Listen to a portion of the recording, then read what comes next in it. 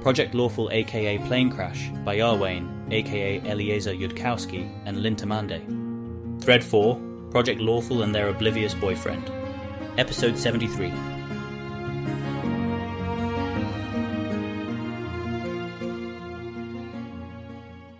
Off to check on Carissa finally. How does she look to his almost absolutely undiscerning eyes? Healthy, cheerful. She's sitting with the other girls, which she doesn't usually do, and having her unseen servant fetch grapes one at a time. Morning, Keltham. Greet the day, Carissa. Don't rush this at all, but anytime you do happen to be very sure it's okay, I have additional questions about your own new superpowers. I am fit for duty, but will be so bold as to suggest you get yourself a plate of food first. He shall obtain the food plate. He shall then sit down next to the source of all answers. Did we ever explain to you how wizard leveling past third circle works at all? Fighting monsters was implied. Sex was not. It's not about fighting monsters. It's about using magic while you're physically and mentally at the edge of your abilities, in a state where some people, not all people, some people stall out, are able to take in a little more of the magic they're using. Yes, we've tried drugs that make the heart race. They don't do it. It doesn't matter if the danger's real, but it matters if you think it is. I don't think it'd be a good idea to tell you everything that happened yesterday, but, at one point I found myself restrained and helpless in a very fancy enchanting workshop where I had been left to contemplate what I had coming, and casting spells did not work to get me out of this at all. But 6 feet away, on the wall, there was a shelf of spell silver. And I thought to myself, I can't actually think of a principled reason you can't bridge that with a scaffold and use spell silver that far away, except for how it'd be ridiculously hard and might mess up the spell, silver, and there's usually literally no reason. So I did, and started transforming my armillary amulet, she taps it, into a weapon I could use to break out. Except it would have taken way too long. The weapon I wanted is a 3-day enchanting project, but I thought of some ways to do it faster, and Abrogale let me at this for a while because it was funny, and then went back to what she'd been meaning to do with me. And I don't specifically know that I leveled from that, but it was representative. She's not keeping her voice down. It's a good story. 6 feet away? Ione says, not bothering to keep her voice down. She's not an Asmodean, and she is not too scared to openly ask questions. Albeit, in this case, the question was 6 feet away, which, now that she thinks on it, is not a very intelligent question. Abrogale thinks the entire rest of the class plus a pair of visible securities off in one corner. Want a demonstration? She says cheerfully to Ione, and pulls a chunk of spell silver from her bag of holding to hand off to her unseen servant, who can hold it at the appropriate distance. Keltham, you're not going to appreciate this properly, but you should have detect magic up for it, all the same. He is definitely missing some context, but detect magic is a thing he can do. Ione and Pilar, without quite thinking about the implications of what they're doing, perform detect magic too. Carissa concentrates, and she flings magic out from her fingertips like it's silk scarves, and she's one of those silk scarf dancers. And there's nothing for it to catch on at the other end, but she's building another layer under it to keep it up, and another layer under that, moving the scaffold's center of gravity out and out and out, with nothing but her will and her quick-moving fingertips supporting it. It takes a long time. Building a scaffold takes 10 minutes normally. It's hard to look away from, though. It's easier the second time, and in the first delightful flush of competence, she tells the unseen servant to move back another foot, and her scaffold bridge shivers and twitches and stretches and bends and holds. Touching the spell silver, 7 feet away, and she grits her teeth and starts coaxing the power that spell silver holds to move towards her. Right here. See? And she doesn't actually want to ruin her armillary amulet or waste her spell silver, so she stops, once she's moved the first tiny mote of magic to her throat where it belongs. It's pretty. But Keltham is lacking some context on exactly how impressive this is, and Dathilani do get bored quickly, which means that over the course of minutes he's gotten around to also trying to analyze all the other active magic visible in this room. and noticing how everybody is watching this amazing feat, but only he, Pilar, and Ione have any magically visible signs of detect magic being up, or need to recast it at any point. Context you're missing, Ione says when the demonstration is over. That's absolutely ridiculous fucking bullshit. Most Sixth Circle wizards couldn't do that. How? She is guessing that Sevar does not, in fact, want her to hide her reaction here. Well, I was very motivated. But yes, Abigail said she'd never even seen anyone try that, much less succeed at it. It's fun. It's kind of like tightrope walking with magic. I would no doubt be greatly impressed if I had anything like the skill or experience myself to appreciate how hard that was. I'll do my best to avoid predictable updates in my more abstract beliefs about you. But I suspect there's a visceral appreciation of this difficult-seeming, impressive trick that I won't get for a while. He doesn't know why they wouldn't tell him, if what he now suspects is true, but he's curious enough about that very question to keep quiet and see how it plays out. So, what did you do to get the Queen's attention? Says Maritzel flatly. She specifically said to me she didn't have time to do this for all Project Lawful, though our own High Priestess here might be worth a try. She hopes to Nethys that Maritzel is only pretending to think that's a good idea for Alter Cheliax's reasons. Ione doesn't need dangerously suicidal people around her books. I am missing so much context right now, I can tell. Really? Do you think? Shit, isn't that High Priestess supposed to be talking to them all later? I can try to explain, but I don't actually know what your question would be.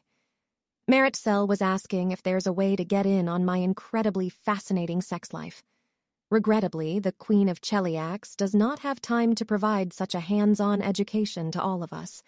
However, the High Priestess Subarax, who is on site to provide spiritual guidance to the Project Lawful girls, has some of the same expertise, which is why she was able to advise me on recovery, so if anyone wants to explore the space of highly motivated magic practice, they can ask her. Except me, of course. I'm yours.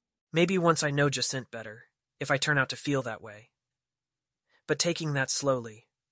I think I was sort of pushing things, the rate I rushed through everything with Abigail, and in actual fact was leaning almost entirely on Abigail being hot, and seeming much more sensible than I was led to fear, rather than really having very much sense of her as a person. She doesn't know any of these people. She's just eating here because it's near her library. There's no hurry. If you gave me to the High Priestess today, she would just give me a book to read anyway. Or, you could learn how to make girls shatter in your hands and come out of it masters of new kinds of magic yourself. No hurry on that either. Can he learn that? Says Maritzel doubtfully. Doubt subtype. Flirtatious. Most people couldn't be the Queen of Cheliax even if you put a crown on their head and sent an Arrhenius to advise them. Keltham isn't most people, says Yaisa. Are we, doing a lesson today, says Peranza. I was thinking law of probability, maybe also law of utility, depending on whether I can teach them apart or only together. And who knows, maybe I'll give learning that a shot at some point. Yes, shatter sounds bad, but it does not look bad if Carissa being so visibly happy is the outcome of whatever it actually means. How many hours of practice are we talking about? Assuming I have proper reference books and expert guidance. 3? 7? Blink, blink, blink. I think it's like 1,000 years in hell, says Maritzel. But some people are fast learners. To be clear, that is roughly what I was figuring. Also, checking model, Afterlife people learn a lot slower than people in Galarian. It's just that they have all the time. I don't think they learn a lot slower, Maritzel says. I think you start out disoriented and it can take a while to get back to what you were capable of as a human. But in principle, eventually, you're Contessa Loreletha, and I expect she'd learn, say, a new language faster than I would. Now that I think about it, there was something crystalline about Loreletha. I'm not sure how to put it into words. I'm not sure I'd ask her to research a new field of study. She can be one kind of person flawlessly and at speed, but maybe there's other ways of thinking she can use that I didn't see. We were always meeting in formal settings. I'm not sure Loreletha comes across as something truly greater than any Dath Ilani who'd defeat any of us in every contest of skill. Just someone who spent 1,000 years practicing a collection of things and is now unmatchable in those places. Taldane does not have any of the words or concepts I want to use right now. But maybe that's the difference between what she is and a god. Is it known what Lirilatha turns into in another 10,000 years? Not by me. Gorthoklek, who you met, is a more powerful and intelligent kind of devil, but I don't know if he's specifically a kind of devil downstream of Contessa Lirilatha's kind. Didn't see much of him, or how he thought, yeah. He looks more alien, for sure. I suppose I've got time to figure it out. But I will want to figure it out, before I decide whether the afterlife here is really someplace I want to spend my own after death.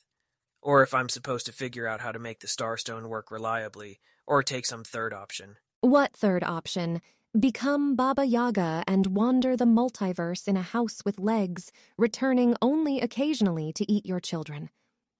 Not the time. How about instead they learn about probability?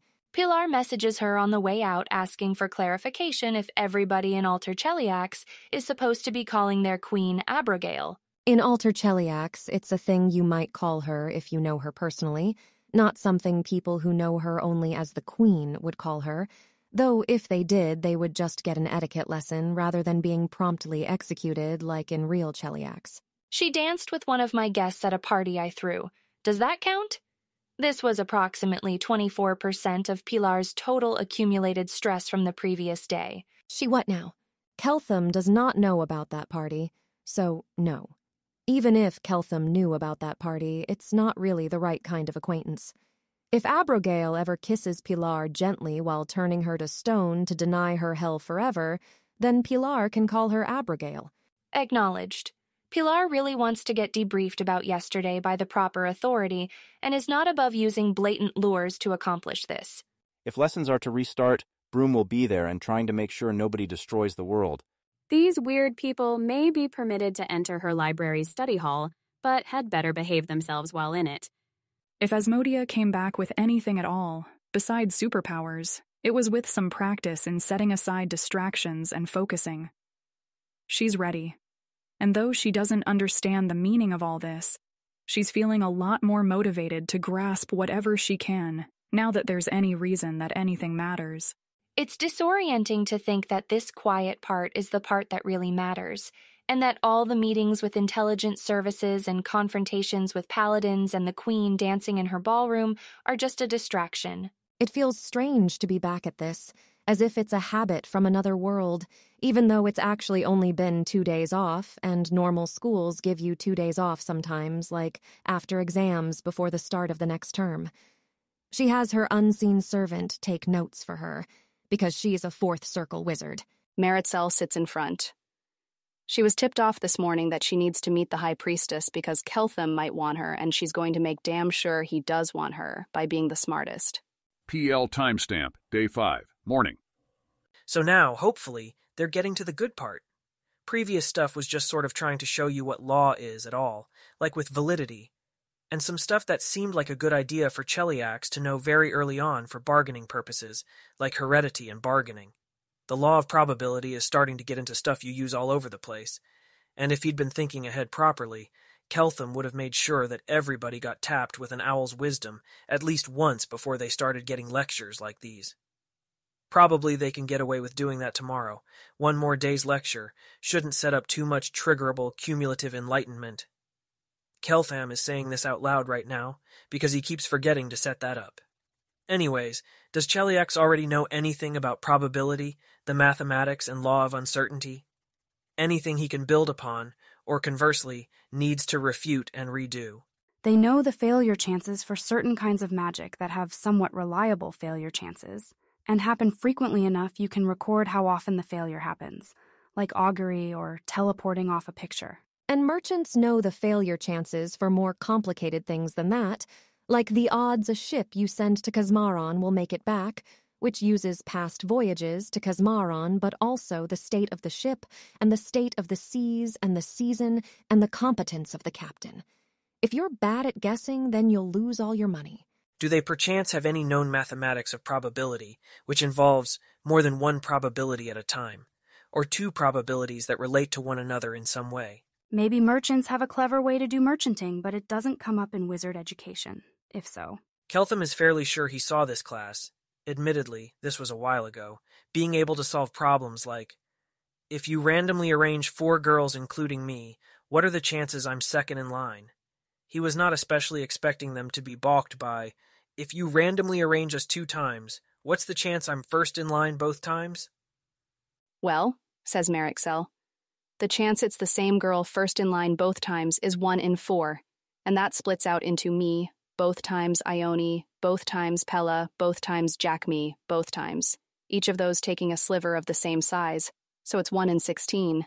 But that's not applying a known rule of probability taught in school. It's just kind of obvious. I suppose at least there's nothing to unlearn. Suppose that instead Keltham asks how often they are ever uncertain of anything in the course of their daily lives.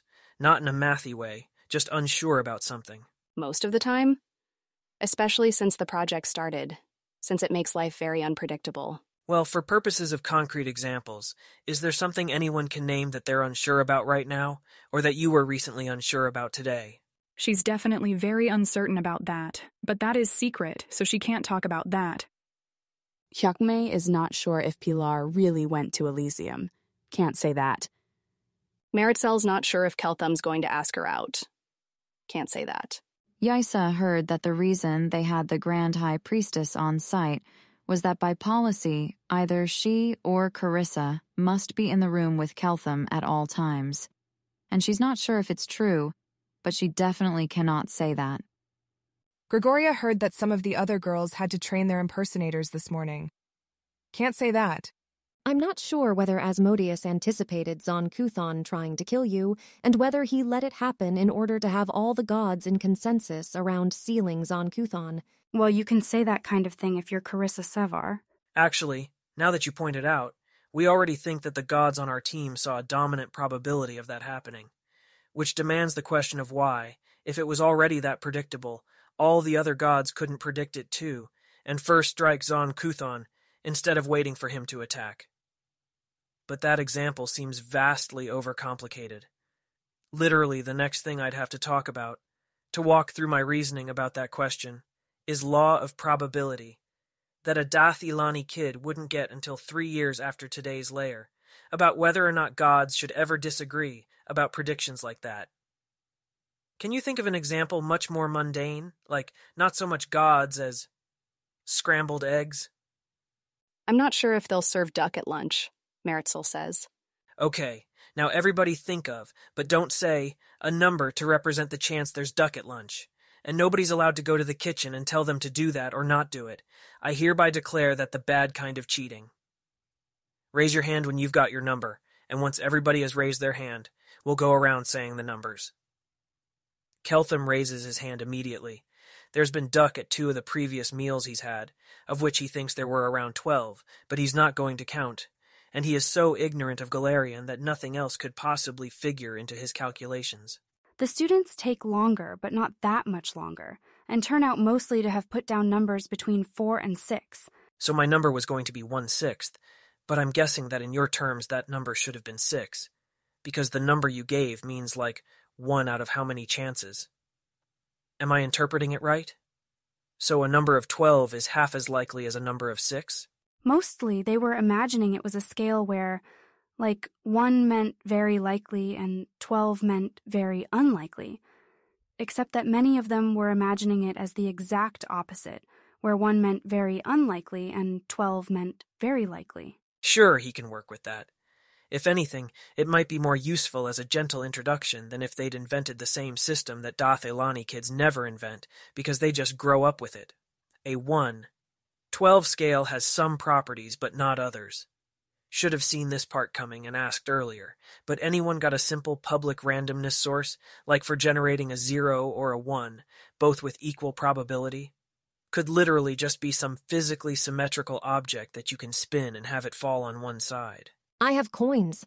I don't know if they land on both sides with equal odds, but it's probably pretty close. Can I borrow one for the lecture? And is it okay if we call the borrowing term short enough that it rounds to 0% interest? It briefly occurs to him to wonder if owning Carissa would mean he transitively owns her stuff, but he quickly dismisses this thought as obviously insane. If you had that kind of relationship, it would be one where she broke oaths and went to Abaddon on request. Yes. What kind of relationship do they have? I have a gold coin. Keltham borrows the coin at 0% interest. That's the kind of trusting relationship they have. Anyone who recognizes Abadar's symbol should really know better than to ask this. The gold coin looks like the other 600 instances of this coin that he owns, with a picture of Abigail's face on one side, and on the other side, sworn by hell to be pure. At some point he needs to ask what hell is swearing Abigail to be pure about, but that's not important right now. On close examination, a coin does look sufficiently physically symmetrical, with enough lingering asymmetry for identification purposes to serve as a randomness source if spun. Okay, so this coin can land Abigail or text. Now, actually something else first. First, I want you all to rescale your old lunch duck numbers to a 12 scale, where 1 is super unlikely and 12 is super likely, so we're all on the same page about what the scale meant. If you were picking a lunch duck number that meant something totally else, scale it instead. Raise your hands when you've done that. Then let's say our commonly scaled numbers once we've raised our hands. Oh, and don't update your estimate off what other people thought. This is just supposed to be your original estimate, but we're making sure all estimates are on the same scale. 3, 4, 4, 6, 4, 6, 6, 6, 8, 7, 4, 5. And his is 3. Now again, without taking others' opinions into account, especially considering that people might be using different real meanings for their scales, so who knows if anybody really disagrees. Consider the chance that there will be duck for lunch, and when Keltham spins this coin, it will fall Abigail's face upward. In other words, both things have to happen, so if the coin lands text up, it doesn't matter if there's duck for lunch or not, the combined event didn't happen. Generate new numbers for this combined event. Same 1, 12 scale from very unlikely to very likely. Please stick to your original opinion and original scale, rather than guessing what others mean by their numbers and updating off those. Raise your hand when you've got it, then everybody says their numbers. 223 243 433 422. And mine is 2. You may recall that shortly before the gods went to war, to be clear, I don't think there was actually a direct connection as such. I talked a bit on the law of dividing gains from trade, and one of the constraints was that identical agents receive identical pay.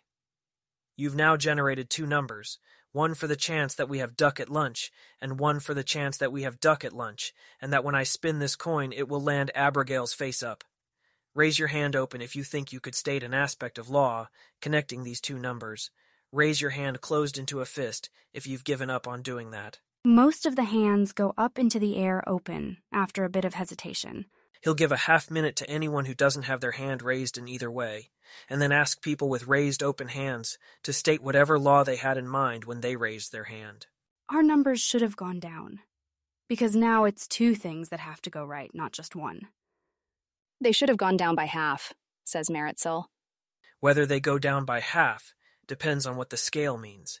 Mine went from 3 to 2, because I'm taking the 1 of the scale to mean that something absolutely can't happen, and equal intervals to represent equal amounts of chance, so having the interval from 1 to 3 gets me the interval from 1 to 2. But it's fine if somebody else is interpreting their scale in some totally different way. In fact, the aspect of law I'd propose to govern here is that when you have 2 events that both need to happen, the chance of that happening cannot go up compared to the chance of just 1 event happening. Yona, for example, could have been tipped by the whatchamacallit of Nethys that this coin is definitely going to land Abigail's face up, in which case Ione could just give the exact same number she did before for the duck lunch part. But even Ione's number shouldn't go up. By the way, Iona, thanks for being you. Your mere presence here substantially expands the space of immediately relatable scenarios I can use for probability theoretic examples. Thank you, I think. The students seem persuaded that the number cannot go up. Now, for the next demonstration. Actually, task to run simultaneously while that's in progress. Carissa, can your magic writing thingy copy what I write down on one paper scrap to other paper scraps without you knowing what was written? There's supposedly a rare spell for that, but Unseen Servant can't do it, unfortunately. Noted. Worth talking to acquisitions about that, or an item, because this won't be the last time we run into this issue. For now, though, I first want to establish a common scale of probability before the next demonstration. Please think of the chance we have a beef dish at lunch. That'd be around 312, in his own guess and memory. On a scale where 1-5 means the same as the chance that you're first in line in a randomized line of 5 people, or 1/10 means the chance is around the same as first in line among 10 people. If you're thinking something like, it's between 1/3 and 1/4, you're allowed to say 1/3.5, or even say 7/24, but you don't need to go complicated if you don't have a very exact notion of beef lunch probability. Raise hands when you have your number. When all hands raised, articulate guesses. Keltham isn't tracking this one closely. He just wants to check that they're now working to an understood common scale of probability. They do seem competent to use the scale, and to mostly assign beef lunches between 1/3 and 1/2 chance of occurring today. Encouraging. Like, not super encouraging or anything, but it could have gone wrong, and it didn't. Next, Keltham is going to distribute 2 propositions each to half the girls, to be assigned a probability on this kind of scale. He'd be making 6 copies of each proposition, for everyone to look at privately, if he had easy copying. Since he doesn't, he'll give each group a piece of paper to be passed around among themselves, and everybody writes down their own answer individually, on the same common scale they just used for beef lunches. Don't discuss it among yourselves, and especially don't show your question to the other group. Don't worry, it won't be a complicated proposition. It's something that happens around here about 1/3, as often as they have beef at a meal, going on his own memory. On this occasion, they will not really pseudo-randomize by taking alternate girls from among desks. That is, if they were to be numbered in a seating chart, evens would go to one side of the room, odds to the other side, starting from Meritzel. Can they sort themselves out while he writes the 2 propositions? Here are Meritzel, Jacme, Pela, Peranza, Ione, and Tonia. And here are Carissa, Asmodia, Gregoria, Pilar, Yaisa, and Paxti. Cool. Keltham is writing on 2 scraps of paper while that occurs. Meritzel et al. Get. Chance over next 1 year that another god attacks Keltham, starting another god war. Carissa et al. Get. Chance over next 1 year that another god war starts. They can take a minute to think, not much longer, please. When they're done, they can put their slips into 2 heaps. Don't look at each other's propositions yet. Keltham will announce both groups' probability sets first. This is very stressful. Security relays to Carissa that several girls are thinking whether to lie, and if so, what lie they're supposed to give. This seems like precisely the kind of situation where the lies would be discovered because they would have the wrong underlying math somehow. Tell them not to. Keltham could of course ask questions like these they'd all have no choice but to lie about, but hopefully first they can learn a bit more of the law. She puts down 1-3. The rest of her group puts it lower, 1-8, 1-4, 1-4, 1-10, 1-20. The other group has 4, 5, 1, 4, 1, 2, 1, 3, 1, 2, 1, 8. The 4/5 is Meritzel, reasoning that Keltham has been here 3 days and started one god war, so what are the odds they'll make it through the entire next year without a second one? Keltham announces these results. Whatever group evens, Carissa, was asked about, it was clearly something pretty unlikely, while whatever group odds Meritzel was asked about, it was clearly much more likely. Okay, compare your propositions now. So, all y'all consider yourselves to be lawful evil, huh? Wow, that's... It's a test you can't lie on, is what it is. Though also, even if you are telling the truth, if you're bad at truth, you'll get it wrong. Can we argue with the other group about who is right? Sounds like fun. 5 minutes. Keltham started one god war in his first 3 days of being here, so I don't see how we get through an entire year without another one, says Meritzel. Well, that was with Zon Kuthon, and there's not another god who almost wants to destroy the world, except Rovagug, and someone would have to let him out.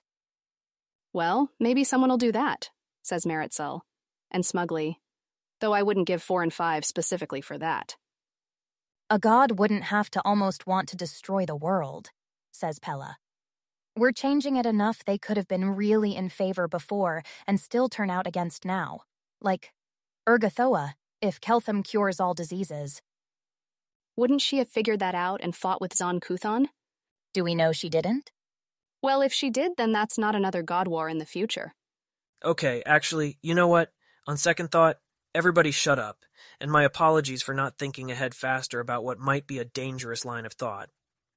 I suspect that properly this conversation happens between myself and the Grand High Priestess in a heavily screened room. Nobody repeat the name of that god you just mentioned until cleared to do so. He wants to tell them not to think it, but has a dreadful suspicion that this would be a counterproductive instruction for non-Dath Ilani.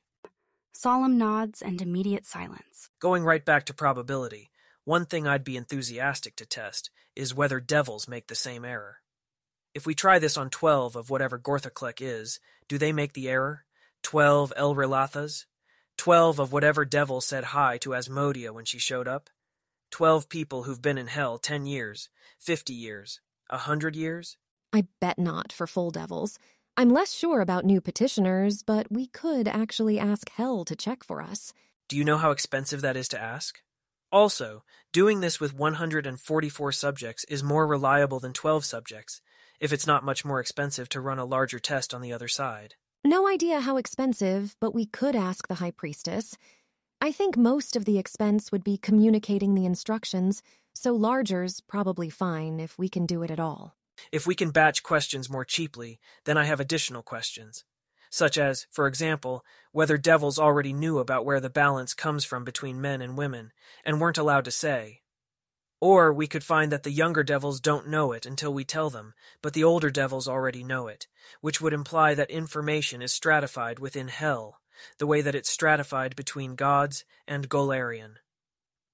If Lurilatha and Gorthaklek are past this fallacy, they presumably watch people committing it every 3 minutes, but are not allowed to say out loud what all the humans are doing wrong. Whatever rules prevent them from showing you what I just showed you, those rules are a key part of the foundations of order for Golarion. I want to know what those rules are. I want to check if I can maybe snap them over my knee in 5 minutes if I come at them from the right angle.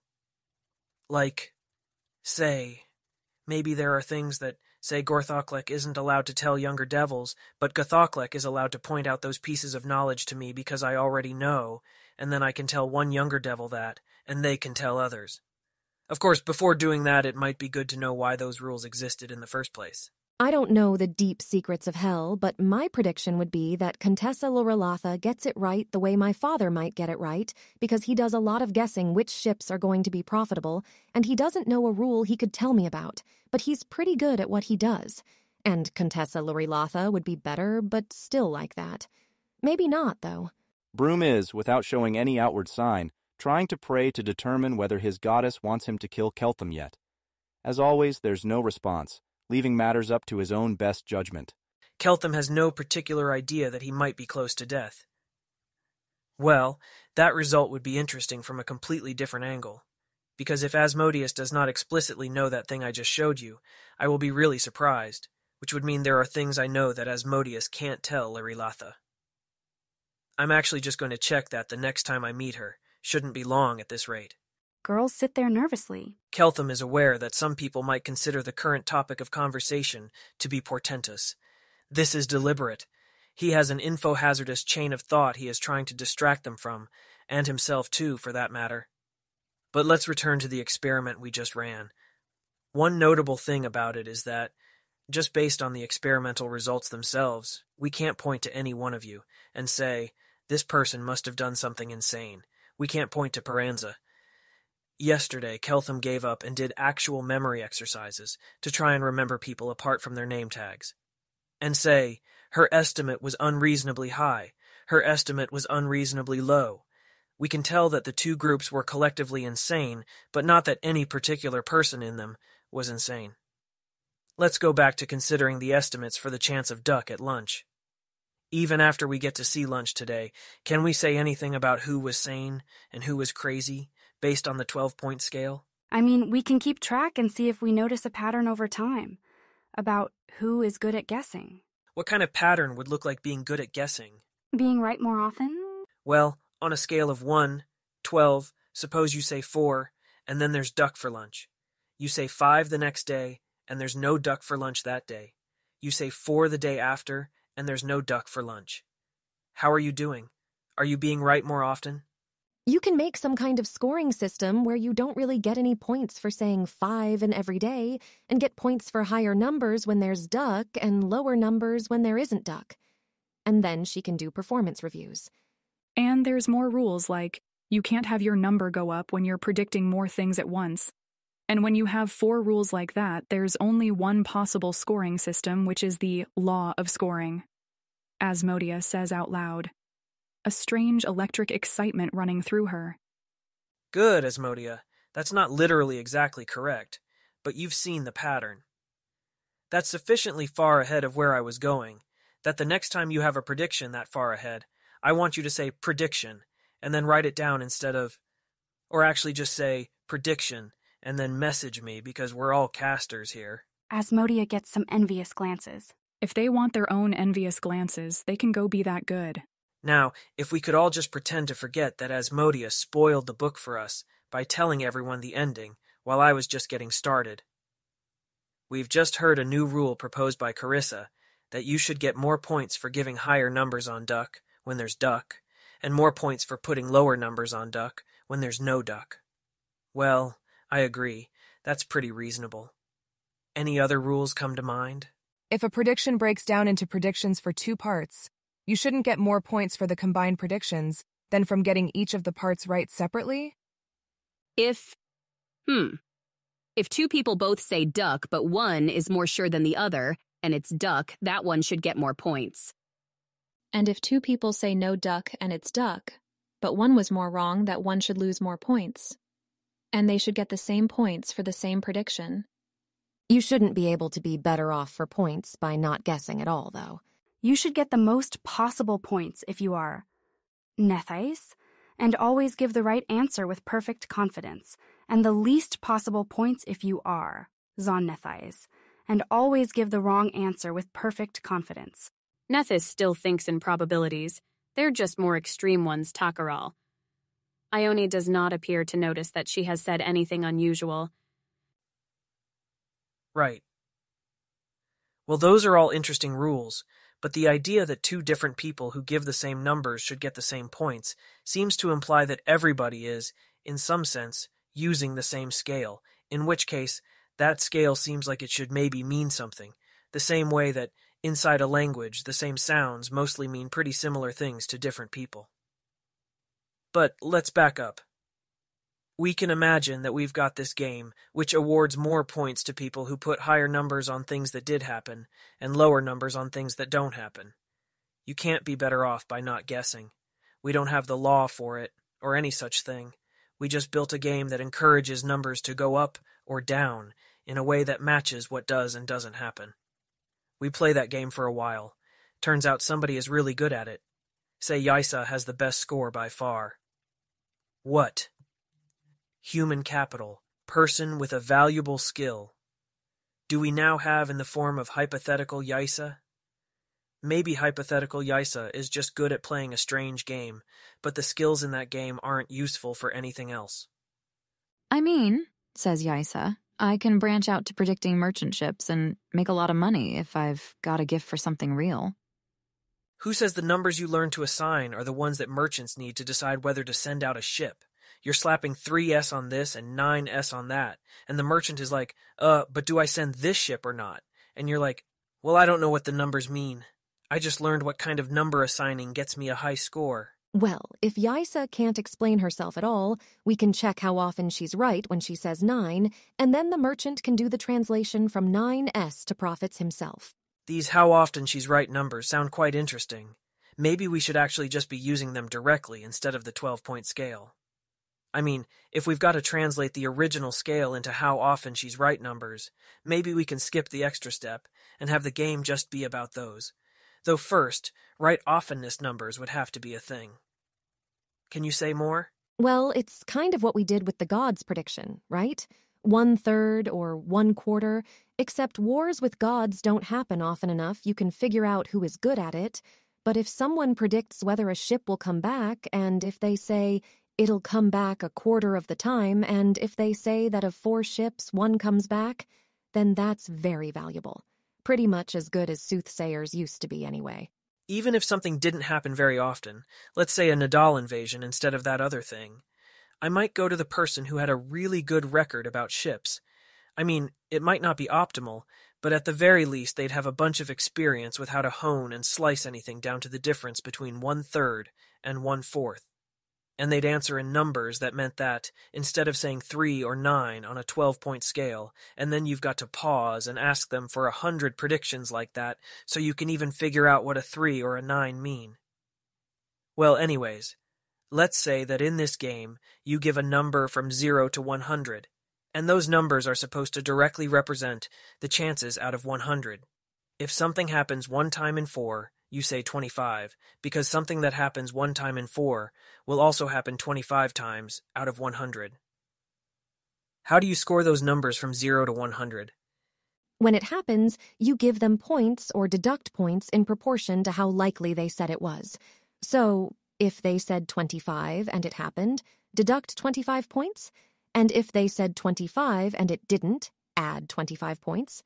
And if they said 24 and it didn't, add 24 points? Nah, 26, because you should get more points for a more correct prediction. So apparently his brain just registered a reluctance to shoot down his girlfriend too cruelly, and wow, does that impulse need to get poisoned and handed off to the surreptitious head removers?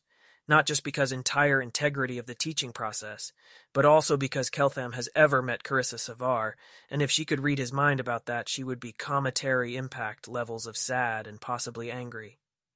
Interesting. Well, Carissa, want to play a few rounds with me of Predict If the Coin Lands Abigail twice in a row? It's a pretty simple game. On each round, we write down our numbers.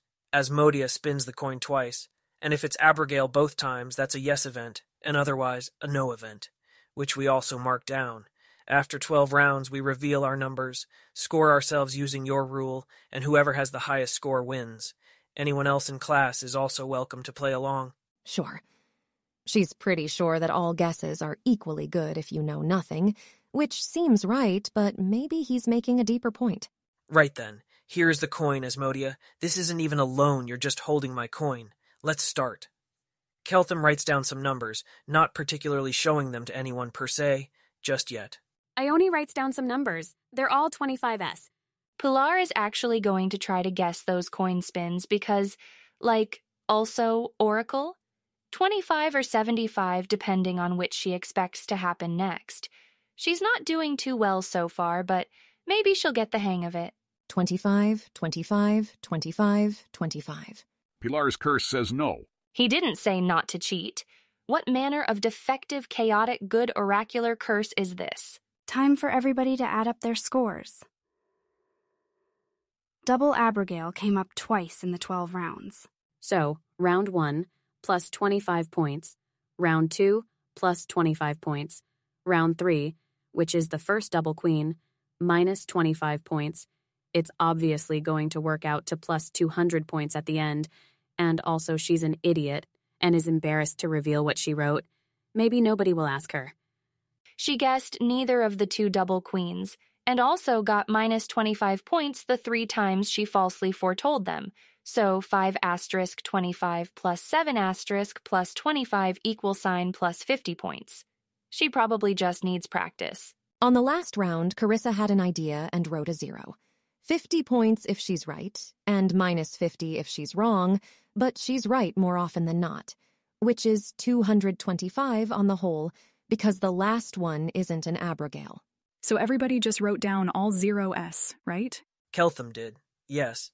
Plus 50 * 10 plus minus 50 * 2 = plus 400 points.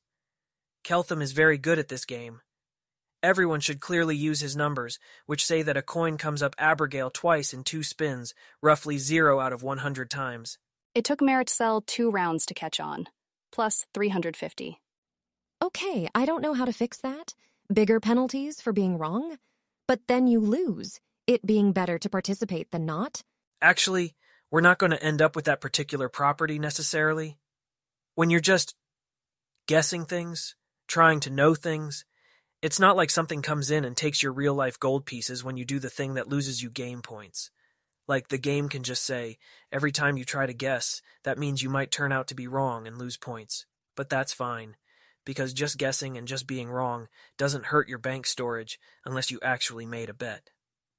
Who, besides Asmodia, would like to now try stating a fragment of law that scoring rules ought to obey? It ought to be a better idea to give your true guess, says Maritzel. Can you state that more precisely? Say it actually has a 1 in 4 chance of happening.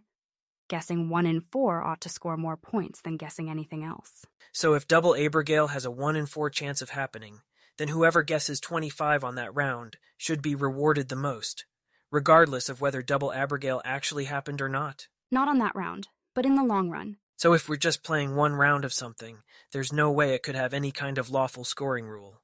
I think it'd be something like escalating gains from being right when you pick an extreme number, and from being wrong when you pick an extreme number.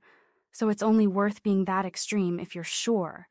And there's going to be some rule this implies, but I don't know it, that balances it exactly right. When you pick 99, the penalty for being wrong has to cancel out 99 of being right. So it's only worth doing it if that's exactly how sure you are.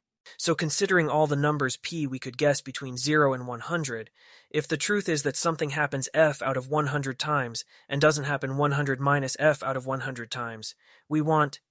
This room's wall does now function as a whiteboard for people who, like Keltham, can cast prestidigitation, argmax. P of f yes p plus 100. F no p equal sign f. Which is to say that it seems like a lawful scoring rule must surely have this property. For every f between 0 and 100, the answer p that maximizes the sum of f, of the yes value you get from p, plus 100 minus f of the no value you get from p, is f.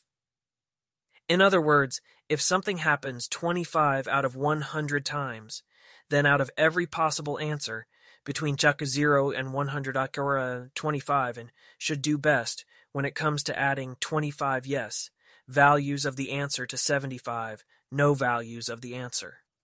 Putting somebody into a situation like this is what makes their answer mean. How often do you actually think this happens? There's a lot of ways to put people in weird situations where their answer could mean something else instead, because the most rewarding answer they could give isn't the one that matches reality. Civilization tries to avoid weird situations like that, so that our words and, more importantly, numbers go on meaning things. Carissa's not back to full health yet. She can feel it, even aside from the waking up, panicked. But it's like she can feel the thing she's reaching for, just barely out of her reach. The most rewarding answer is the one that matches reality. That simple and, hell, might genuinely not have stumbled on it. No, surely they have, at the highest reaches. Everyone in this classroom, except for her, is going to end up executed. And then she'll also get executed, but she's not going to hell. Go, Master Dathilani thought. Right. Savar had better actually have the pull to avoid them all getting tortured for heresy, which, to be fair, it kind of seems she might. So on the one hand, she is pretty sure this is not how Asmodeanism works, and, on the other hand, it seems pretty persuasive that this is how lawfulness works. And, on the original hand, she is very sure that Asmodeus is lawful. Is she allowed to just think that she'll ask Aspexia Rugaton about this later, or is that cheating? Pilar's curse knows the answer to this one, actually. Is it time for Pilar to hear? Pilar is absolutely not taking theological advice on this subject from Caden Kalean, especially before Pilar knows the actually correct answer the Grand High Priestess will give. No problem! Chaotic Good tries not to force answers on people that they don't want. It's how Asmodeanism can work for someone if they turn down Elysium because they actually wanted to go to hell. Maritzel isn't sure there's a contradiction here. There might be, but you're not supposed to reason about everything the same way. Obviously, you're not supposed to use numbers reasoning to consider matters in which the Church has instructed you. It's for matters where you can't otherwise figure out what you're supposed to believe. At least she hopes that's it.